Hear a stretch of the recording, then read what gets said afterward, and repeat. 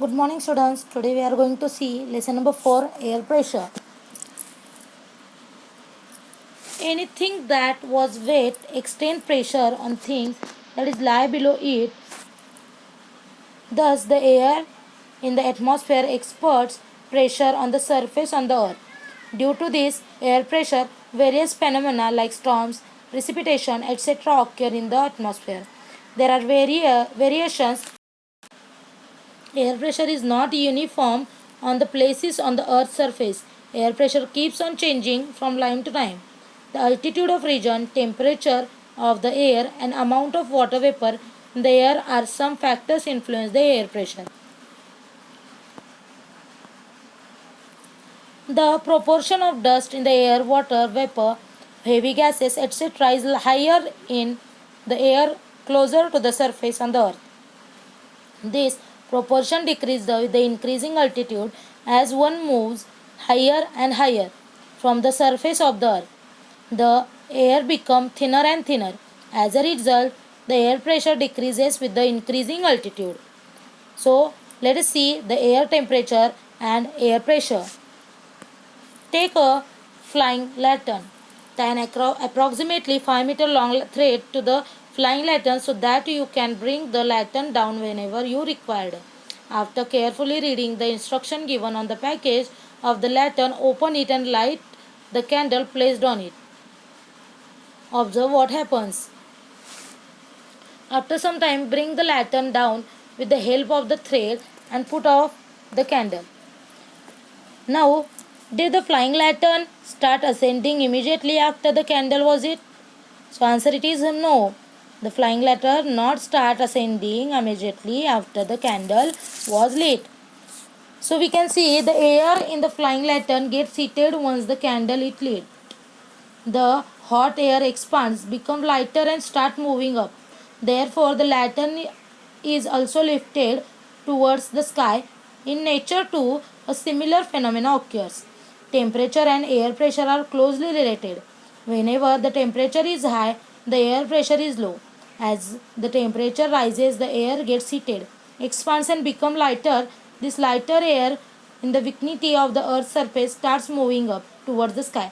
As a result, the air pressure in such areas decreases. Now, we are going to see the temperature and pressure belts. The temperature zones and pressure belts are interrelated to each other.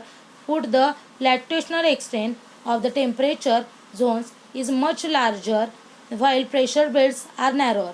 See figure 4.2a and b. For example, the temperature zone extends from 23 degree 30 inch to 66 degree 30 inch compared to this. The air pressure belts has limited extent. It is generally up to 10 degree parallel. The uneven distribution of the temperature influences the distribution of the air pressure too. This leads to formation of low and high pressure belts horizontally between the equator and pole. So you should see the figure 4.A and B and answer the question on page number 17. Next we are going to see the pressure belts on the earth's surface. The heat received from the sun is uneven in different regions. Hence the distribution of the temperature is uneven from the equator to the poles. As a result, the temperature zones are created. We have studied this in the previous class. So, next we are going to see the equatorial low pressure belt. The sun rays can be perpendicular between the Tropic of Cancer and Tropic of Capricorn. So, the temperature is lighter in this region. Hence, air in this region gets heated, expands, become lighter and moves towards the sky. As this process operates continuously, low pressure belts gets formed in the central part of the region between the parallels 5 degree north and 5 degree south. Next, it is the mid-latitudinal high pressure belts.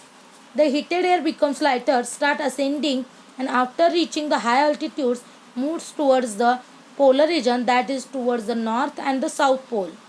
Due to low temperatures at the higher altitude, the air cools down and become heavier. This heavier air distance down in the both hemisphere in the region between 25 degree to 35 degree parallels. This leads the formation of high pressure belts and in these parallels of latitude in the both hemisphere. This air is dry, hence the region does not get rainfall constantly. Most of the hot deserts on the earth are formed in this region. See figure 4.2b. Next, it is a subpolar low pressure belt. Due to the earth curvature, the area between the two parallels get reduced as we move towards the poles. This results in laser friction of the air with the earth's surface. Air in the region is thrown out because of the reduced friction and also because of earth's rotational motion. This leads to development of low pressure belt. This condition is observed in the area between 55° and 65° parallels in the both of hemisphere. Next, it is a polar high pressure belt. In the both the polar region, the temperature is below 0°C throughout the year. Hence, here the air is colder. As a result, high pressure belt is get formed. These are called the polar high pressure belt. They generally occupy the area between 80° and 90° parallels in the both the hemisphere.